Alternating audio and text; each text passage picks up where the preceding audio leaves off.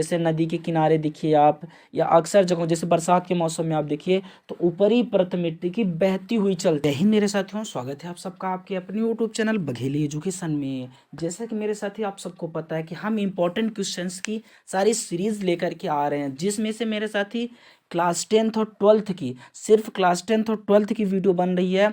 अगर बच्चों की डिमांड रही तो हम 9th और 11th की भी बनाएंगे, पर अभी 10th और 12th की, जिसमें से मेरे साथी मैं प्लेलिस्ट भी बना लिया हूँ।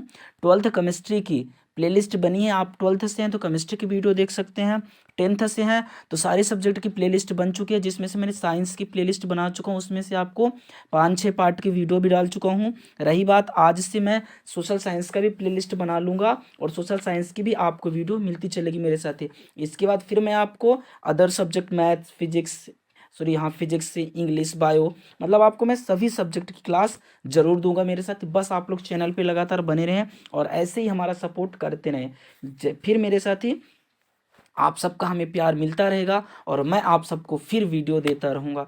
चलिए मेरे साथी, मैं स्टार्ट करूँगा आज अपनी सोशल साइंस की वीडियो, जो अपने पार्ट 1 है मेरे साथी। आप लोग इसमें धमाल मचा दीजिए, बिल्कुल एकदम धमाल मेरे साथी, यहाँ पे धमाल होना चाहिए यूट्यूब पर। चलिए मेरे साथी, मैं आपको बता दूं कि यहाँ से है हमारा पार्ट 1, हम लेके चल रहे हैं अध्याय फर्स्ट को, मतलब चैप्टर फर्स्ट को, जिसमें से है मेरे साथी, नाम है संसाधन एवं विकास। क्या नाम है?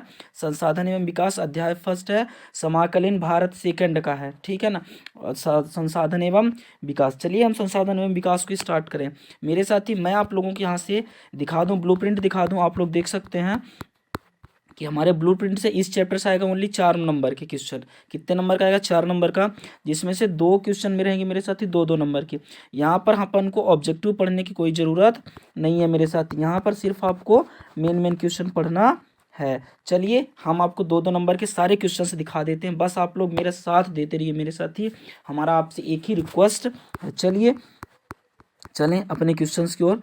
देख लीजिए मेरे साथी, यहाँ पर क्वेश्चन कहता है 3 राज्यों के नाम बताइए जहाँ काली मृदा पाई जाती है। मृदा मीन्स होता है मेरे साथी मिट्टी, मिट्टी मीन्स होता है माटी, मिट्टी मीन्स माटी, और मृदा मीन्स मिट्टी, और सॉइल मीन्स मिट्टी ही होती है मेरे साथी, ठीक। तो इसका नाम आप देख लीजिए, ज़्यादा इंपॉर्टेंट नहीं है। फिर अगला क्वेश्चन, पूर्वी तट के नदी डेल्टाओं पर किस प्रकार की मृदा पाई जाती है? पूर्वी तट के नदी डेल्टाओं पर जलोढ़ मृदा पाई जाती है, सिर्फ इतना ही लिखना है आपको। अगला क्वेश्चन है, पहाड़ी क्षेत्रों में मृदा अपरदन की रोकथाम के लिए क्या कदम उठाने चाहिए? ज़्यादा इम्पोर्टेंट नहीं है। अगला, जैव और अजैव संसाधन क्या होते हैं? यह क्वेश्चन इंपॉर्टेंट है मेरे साथी। जैव संसाधन क्या होता है और अजैव संसाधन? तो जैव संसाधन को देख लीजिए, इन संसाधनों की प्राप्ति जीव मंडल से होती है और इनमें जीवन व्याप्त होता है, जिसे जैव संसाधन कहते हैं, जैसे मानव, प्राणी जात, मत्स्य जीवन, पशुधन आदि।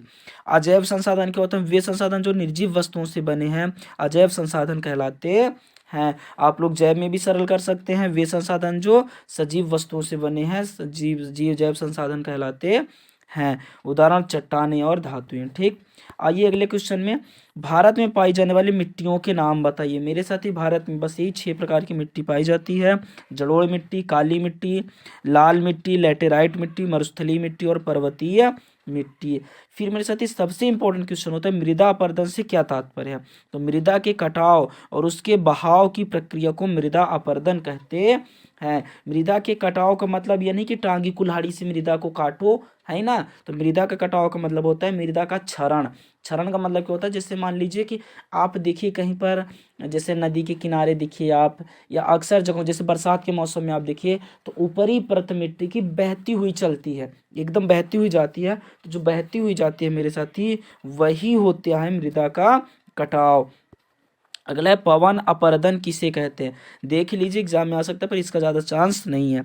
समोच्च जुताई किसे कहते हैं? ये भी नहीं आएगा।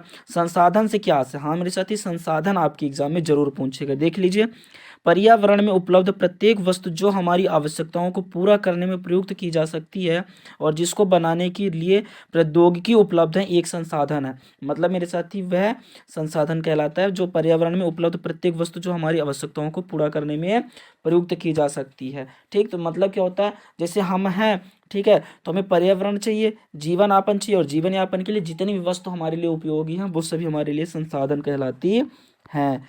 फिर आप अगला क्वेश्चन आपके लिए, मृदा संरक्षण से क्या समझते हैं आप? ठीक, तो मृदा संरक्षण का मतलब है मिट्टी के अपरदन या क्षय को रोकना, मीन्स मिट्टी को बचाना। संरक्षण का मतलब होता है संरक्षित होना। संरक्षित का मतलब जैसे आप किसी भी चीज को बचा रहे, जैसे मान लीजिए आपने 10 रुपए कमाया, और 10 रुपए जब आप कमाते हैं तो उसमें से आपने अगर 6 रुपए बचा लिया, या 10 के 10 रुपए आपने बचा रहा है, तो वो आपका क्या होता है, मतलब आप 10 रुपए का संरक्षण किए, 10 रुपए का बचाव किए हैं। तो जिस प्रकार आप मिट्टी को बचा रहे हैं तो मिट्टी संरक्षण हो जाएगा। ठीक है, अगर आप पैसा बचा रहे हैं तो पैसा संरक्षण होगा। तो जो भी आप बचा रहे हैं वही आपका संरक्षण कहलाएगा। फिर अगला आता है बागर क्या है? बागर आता है मेरे साथी, मगर 2022 में आ चुका था, तो इस बार चांस कम है।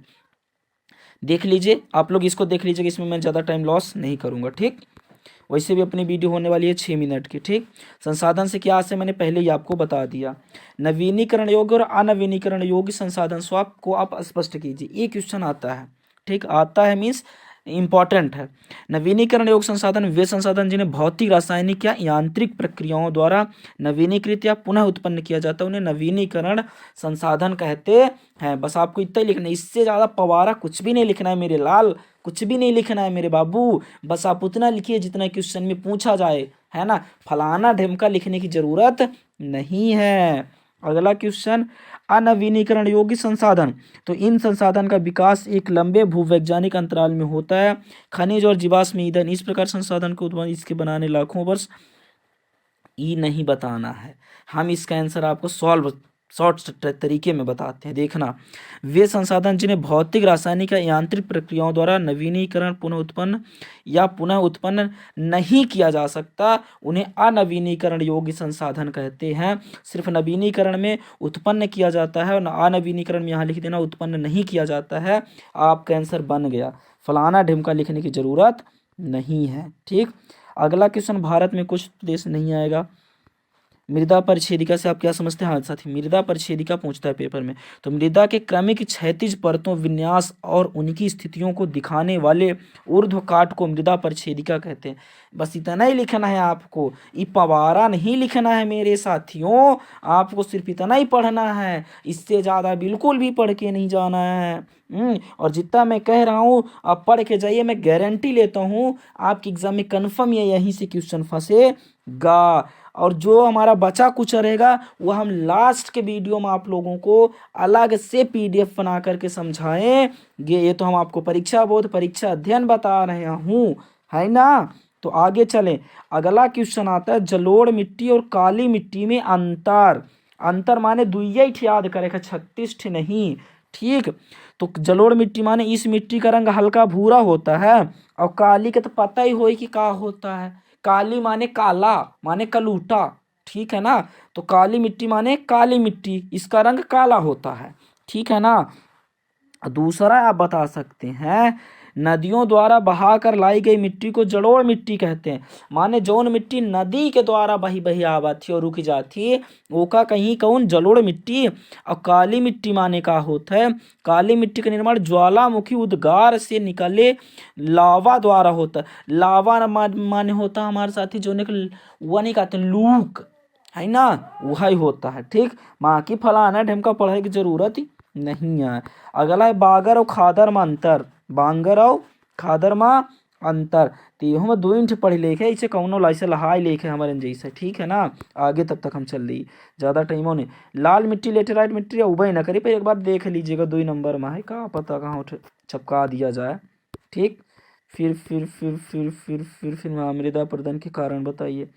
यह जब 5 नंबर 6 नंबर का आता था क्वेश्चन तब ही बस आता था, अब नहीं आएगा। ठीक, 2 नंबर में थोड़ा वो आएगा। एजेंडा, एजेंडा आई मेरे साथियों, एजेंडा आएगा।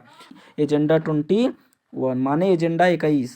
ठीक, अगला, संसाधन नियोजन क्यों आवश्यक है? स्मित के आधार पर संसाधनों को बोनी करना, ये भी नहीं आएगा। भंडार उंडार एक बार देख लीजिएगा, 2 नंबर में कहीं पूछ दिया, एक आध 2 लाइन पढ़ लीजिएगा, स्क्रीनशॉट वगैरह ले लीजिए। है ना। हाँ, फिर आ जाता है अपना अध्याय 2। तो मेरे साथी अध्याय 2 हम आप लोगों को नेक्स्ट पार्ट में करेंगे, और एक अध्याय 1 में हमारा सिर्फ एक ही पार्ट होगा, है ना।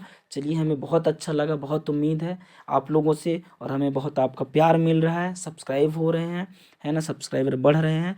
तो प्लीज़ हमें आप लोगों से यही उम्मीद है कि आप लोग चैनल का सपोर्ट करते रहें बस, और अपने सगी संबंधियों तक वीडियो को शेयर करते रहें।